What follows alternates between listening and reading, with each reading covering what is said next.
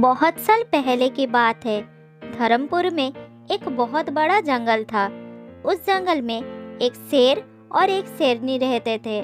उन दोनों के छोटे छोटे दो बच्चे भी थे। उनमें से एक का नाम था शेरू और दूसरे का नाम था बीरू। शेरू और बीरू बहुत चंचल थे। दोनों भाई सारे दिन खेलते रहते थे। शेरू उम्र में बड़ा था और बीरू छोटा था।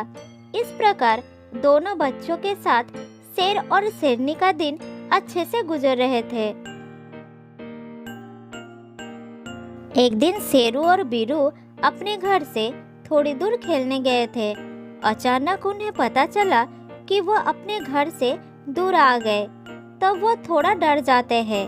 फिर वो घर जाने के लिए चलना शुरू किए।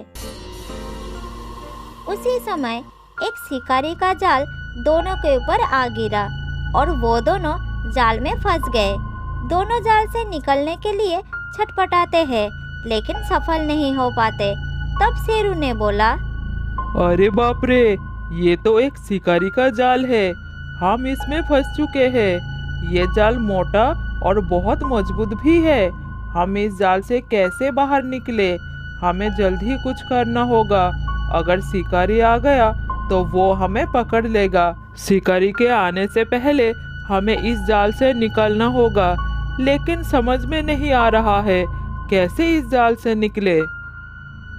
दोनों जाल से बाहर आने के लिए बहुत कोशिश करने लगे लेकिन कोई फायदा नहीं हुआ। थोड़ी देर बाद शिकारी उनके सामने आ गया। वो शेरू और बीरू को पकड़ने ही वाला था। तभी एक बाघ उनके सामने आ गया और शिकारी के ऊपर हमला बोल दिया। शिकारी ने किसी तरह खुद को बाघ से छुड़ाता है और भाग जाता है। उसके बाद घबराए हुए दोनों भाई को बाघ ने आजाद कराया और बोला, घबराओ मत, मैं तुम्हें कुछ नहीं करूँगा।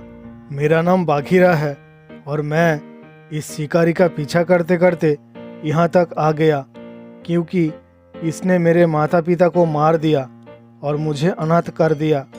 आज ये शिकारी मेरे हाथ से छूट गया लेकिन मैं इसे नहीं छोड़ूंगा। बाघीरा भाई, तुमने हमारी जान बचाई और इस शिकारी से छुटकारा दिलाकर हमारे साथ साथ सारे जंगल का उपकार किया है। इसलिए तुम चाहो तो हमारे साथ इस जंगल में रह सकते हो। तुम्हें देखकर मेरे माता पिता बहुत खुश होंगे। चलो हमारे साथ। इस दुनिया में मेरा और कोई नहीं है। मैं बिल्कुल अकेला हूँ। ठीक है, मैं तुम्हारे साथ चलूँगा। तुम्हारे साथ रहने में मुझे बहुत खुशी होगी। उसके बाद बाघीरा शेरू और बीरू के साथ उनके घर में जाता है। पिताजी, इसका नाम बाघीरा है। इसने आज हमें जंगल में एक शिकारी से बचाया। इसका माता पिता अब इस दुनिया में नहीं है, वो अनाथ है। इसलिए हम उसे अपने साथ रहने के लिए यहाँ ले आए हैं। ये सुनकर शेर को बहुत दुख होता है और बाघीरा के ऊपर बहुत प्रसन्न होता है। फिर वो उसे वहाँ रहने की अनुमति दे देता है। बाघीरा, आज तुमने मेरे बच्चों को शिकारियों से बचाकर हम पर बहुत बड़ा एहसान किया है। आज से तुम मेरे बच्चे की तरह हमारे साथ रहोगे। मैं तुम्हें अपना बड़े बेटे की तरह पालूंगा।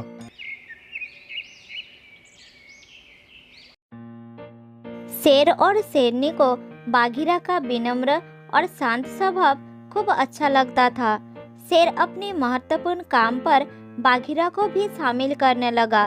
धीरे धीरे बाघीरा उस परिवार का एक सदस्य बन गया। लेकिन ये सब शेरू को अच्छा नहीं लग रहा था क्योंकि बाघीरा के आने के बाद उसे पिता के पास महत्व कम मिलने लगा था। इसलिए वो बाघीरा से ईर्ष्या करने लगा। इसी ईर्ष्या के आग में बाघीरा के खिलाफ शेरू ने एक चाल सोचा। लेकिन उसके माता पिता और बाघीरा घर में होने के कारण वो अपनी चाल में सफल नहीं हो पाता। इस प्रकार वो हर दिन मौके की इंतजार करने लगा। ऐसे ही कुछ दिन बीत गए।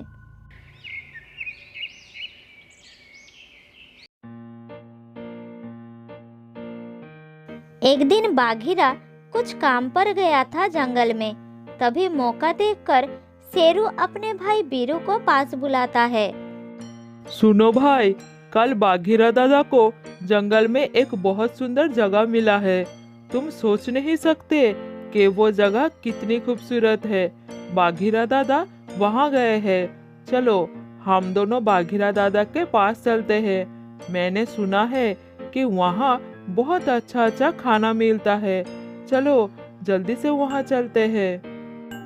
लेकिन भैया, माँ और पिताजी को बताकर जाते तो अच्छा होता। अगर वो हमें नहीं देखेंगे तो उन्हें चिंता होगी। तुम थोड़ा रुको, मैं अभी आता हूँ। तुम चिंता मत करो, हम बहुत जल्द वापस आएंगे। चलो चलो जल्दी चलो। बीरू शेरू की बात मान जाता है। फिर वो उसके साथ आगे बढ़ता है। इस प्रकार शेरू अपने भाई को झूठ बोलकर जंगल के बाहर एक गुफा के सामने ले जाता है। फिर कहता है, बीरू, तुम गुफा के अंदर चले जाओ। बाघीरा दादा गुफा के अंदर है। तुम पहले चलो, मैं तुम्हारे पीछे चलता हूँ। डरने की कोई बात नहीं। बीरू अपने बड़े भाई की बात मानकर गुफा के अंदर चला जाता है। तभी शेरू ने एक बड़ा पत्थर लेकर गुफा का मुंह बंद कर देता है। फिर घर की ओर चल पड़ता है। शेरू का अकेले वापस आते देखकर शेरनी उससे पूछती है, शेरू, तुम अकेले क्यों हो? तुम्हारा भाई कहाँ है? कहाँ गया है वो? माँ, मैंने उसे सुबह से नहीं देखा है। मैंने भी उसे बहुत ढूंढा, लेकिन वो कहीं नहीं मिला। ये बात बताने के लिए ही मैं वापस आया। कहाँ गया मेरा बच्चा? वो तो अभी बहुत छोटा है। कहाँ ढूंढूं मैं उसे?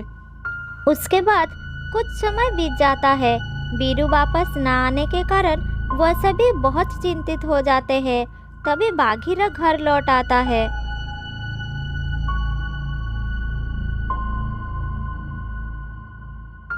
इतना छोटा बच्चा कहाँ जा सकते हैं?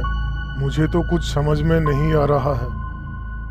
हे भगवान, मेरे बच्चे को कोई नुकसान ना हो। कृपया मेरा बच्चा मुझे लौटा दीजिए। जंगल में बहुत खतरनाक जानवर है। वो अभी बहुत छोटा है। तभी मौका देखकर शेरू बीच में बोला, पिताजी, मुझे तो इस बाघीरा पर शक है।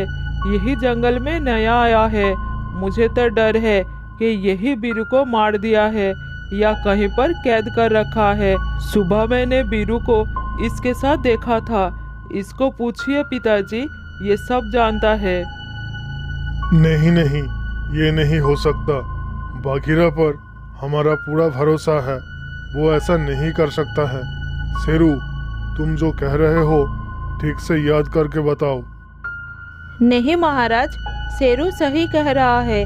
मैंने भी सुबह बीरू को बाघीरा के साथ खेलते हुए देखी थी। उसके बाद मैं काम पर व्यस्त हो गई। हाँ, ये सच है कि वीरू सुबह मेरे साथ खेल रहा था, लेकिन फिर मुझे पता नहीं वो कहाँ गया। मुझ पर भरोसा कीजिए, मैं सच कह रहा हूँ। मैं अपने भाई के साथ ऐसा नहीं कर सकता। अब सब मेरा परिवार है।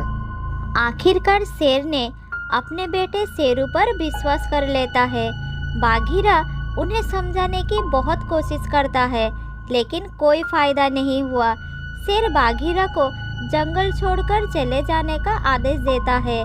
फिर बाघीरा दुखी होकर जंगल छोड़कर चला जाता है। थोड़ी दूर जाने के बाद बाघीरा रुक गया। उसके मन में बहुत आघात लगा। बाघीरा ने शेर के आदेश नतमस्तक मान लिया था, लेकिन उसने सोचा कि जाने से पहले खुद अपनी बेगुनाही साबित करके रहेगा। इसलिए वो बीरू को ढूंढने में निकल पड़ा।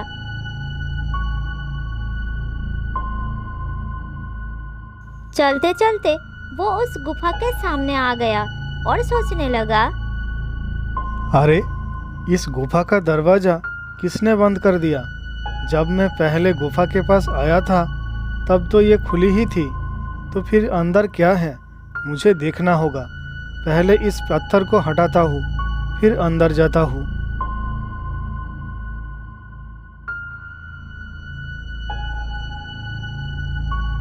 इतना कहकर बाघीरा पत्थर हटा देता है। फिर वह अंदर जाता है और बीरू को देख पाता है। बीरू बाघीरा को पूरी घटना बताता है। फिर बाघीरा बीरू को वापस अपने घर ले जाता है।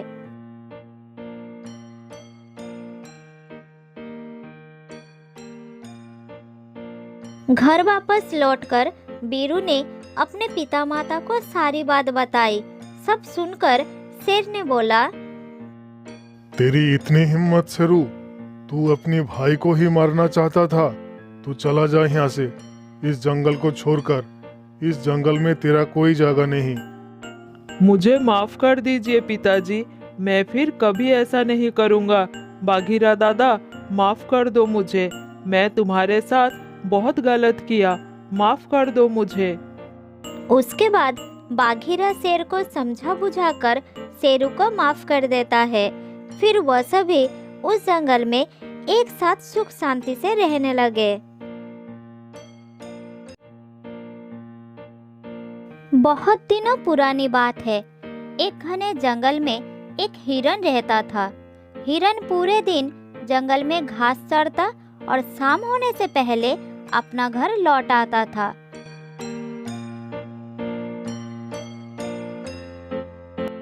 उस जंगल में हिरन का कोई दोस्त या रिश्तेदार नहीं था।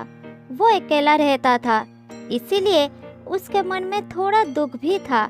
हिरन हमेशा किसी न किसी बात को लेकर अपना किस्मत को कोसता रहता था।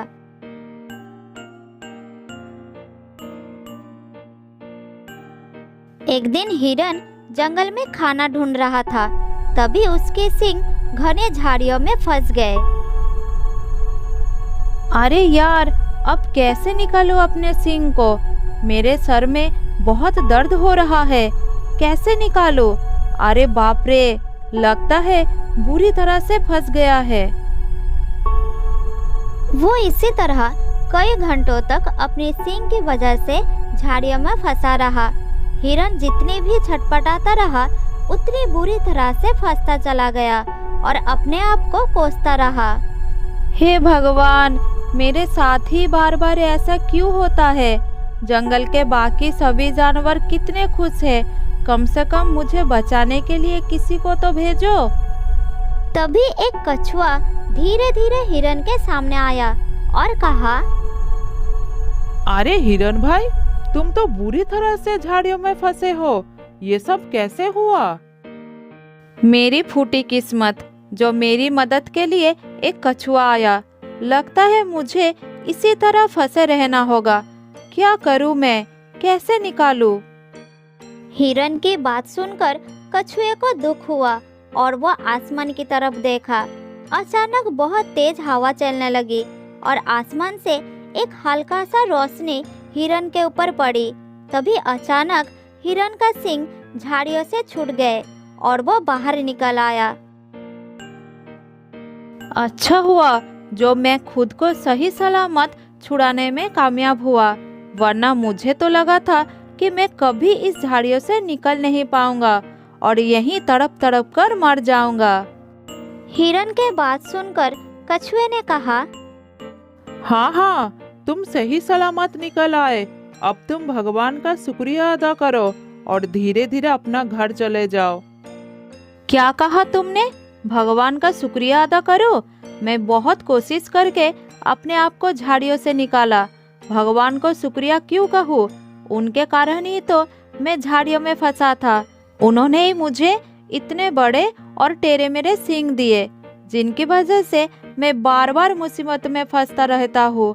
अपने जैसे किसी और हिरन से लड़ना चाहूँ तभी ये सींग फंस जाता है।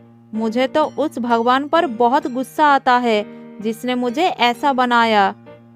अच्छा, तो तुम बताओ, तुम्हारे हिसाब से तुम्हें क्या होना चाहिए था? मुझे तो एक खूबसूरत चिड़िया होने का इच्छा है। हल्का सा वजन, उड़ने के लिए पंख और खाना भी आसानी से मिल जाता है और चिड़िया के पंख कभी झाड़ियों में फंसता भी नहीं है। ठीक है, तुम्हारी ये इच्छा बहुत जल्द ही पूरी होगी। ऐसा कहते हुए वो कछुआ धीरे धीरे वहां से चला गया। तब हिरन ने बोला, जाते जाते अच्छा मजा करके गया है। चलो मैं भी अपने गुफा में जाकर आराम से सो जाता हूँ। सर में बहुत दर्द हो रहा है। ऐसा कहकर वो अपनी गुफा में चला गया। गुफा के अंदर जाते ही गुफा पूरी तरह से अंधेरा हो गया। ये देखकर हिरन बहुत डर गया और कहा, अरे ये क्या, अचानक दिन के समय ये अंधेरा कैसे हो गया? अब क्या करूँ मैं? कुछ दिखाई नहीं दे रहा है मुझे। हिरन जोर जोर से चिल्लाने लगा और धीरे धीरे उसका शरीर गायब होने लगा।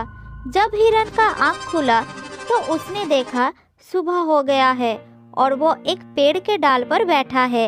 ये देखकर वो हैरान हो गया और कहा, अरे यार, मैं इतनी ऊंची पेड़ पर कैसे पहुंच गया?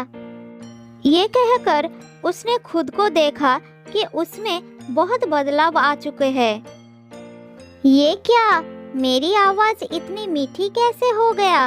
और ये पंख, इसका मतलब मैं सचमुच चिड़िया बन गया। मुझे तो यकीन नहीं हो रहा है। ये कहकर वो धीरे धीरे अपना पंख खोला और आसमान में उड़ने लगा।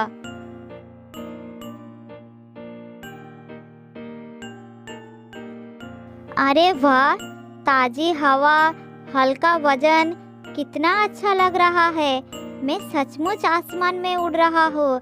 आह, कितना मजा आ रहा है।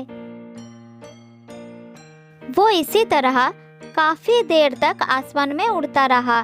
फिर उसको प्यास लगने लगी। अरे यार, इतनी जल्दी तो कभी प्यास नहीं लगती मुझे। ये कहकर वो एक तालाब के पास गया और पानी पीने लगा। फिर वो आगे बढ़ गया। कुछ देर उड़ने के बाद उसे फिर से प्यास और भूख लगने लगी। अब तो प्यास के साथ भूख भी लग रही है। मेरी चोंच बहुत छोटी है, शायद इसीलिए बार बार प्यास लग रही है। लेकिन फिर भी मुझे उड़ना ही होगा।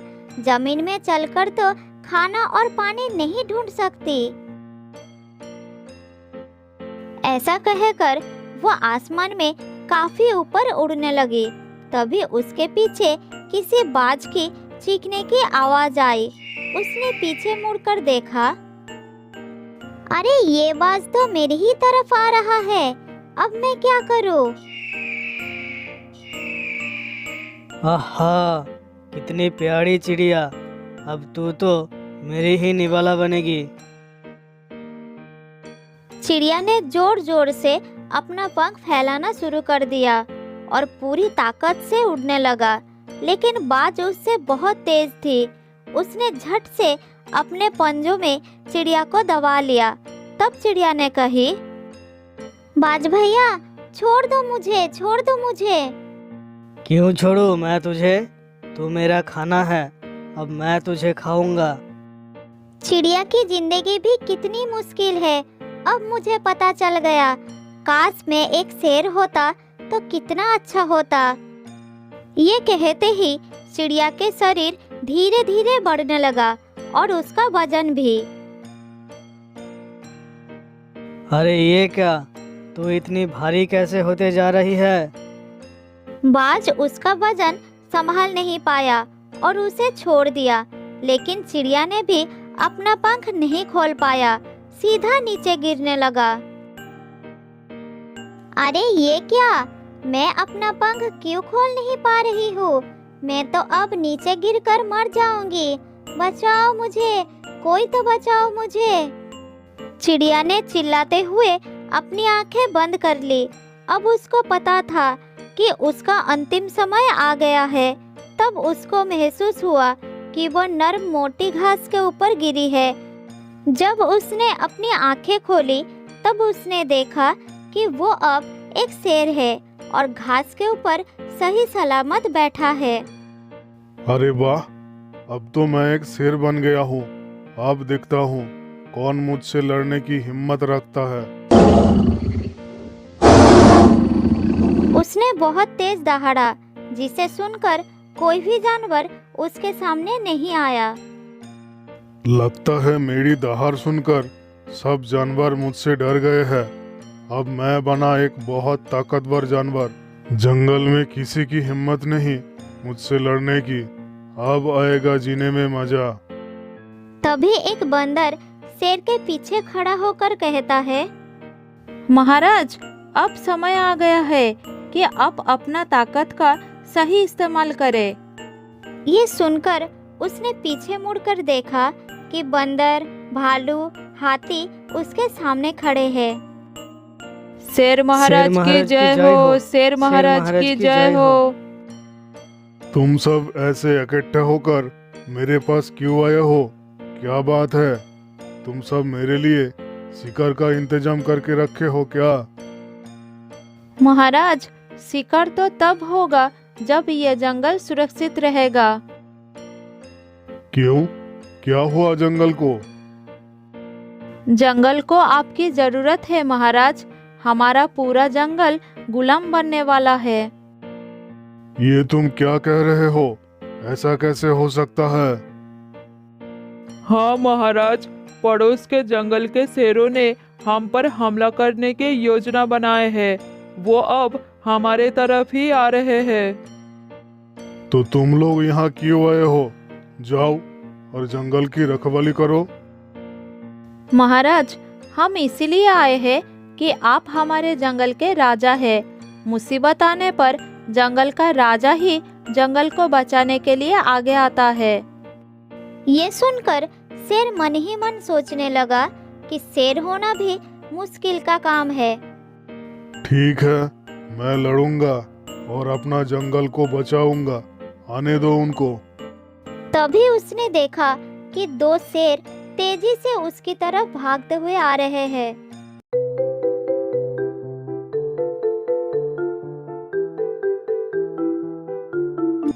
अरे ये क्या? दो शेर आ रहे हैं? हाँ महाराज, आपको इन दोनों शेरों को हराना है। ये दो भाई आपको मारना चाहते हैं और इस जंगल पर राज करना चाहते हैं। अरे बाप रे, दो शेरों से मैं अकेला कैसे लड़ूंगा? जंगल के सभी जानवर शेर के पीछे आ गए और डर के मारे शेर के हाथ पैर ठंड होने लगा। हे भगवान, काश मैं वापस हिरन बन जाता तो अच्छा होता। दूसरे जानवरों की जिंदगी तो मुझसे भी मुश्किल है। दोनों शेर उस पर झपटने ही वाले थे, लेकिन तभी सब कुछ शांत हो गया। शेर ने डरते हुए अपनी आंखें खोली तो वो वापस एक हिरन बन चुका था और वो भगवान को धन्यवाद कहा। हे भगवान, तेरा लाख लाख शुक्र है कि तूने मुझे वापस हिरन बना दिया। तभी वही कछुआ धीरे धीरे उसके पास आता है और कहता है, और तुम वो अपने सींग के बारे में कह रहे थे, उसका क्या? अरे कछुआ भाई, मैं हिरन हूँ और हिरन होकर दूसरे हिरन से लड़ूं तो इसमें मेरी ही गलती है और मुझे कभी घने झाड़ियों में भी नहीं जाना चाहिए। आज से मैं यही मानूंगा और अपनी जिंदगी अच्छे से जीऊंगा। ये हुई ना बात। हमेशा खुश रहो और अच्छे से जियो अपनी जिंदगी। ये कहकर कछुआ गायब हो गया। हिरन भी समझ गया कि वह कछुआ भगवान का ही भेजा हुआ दूत होगा।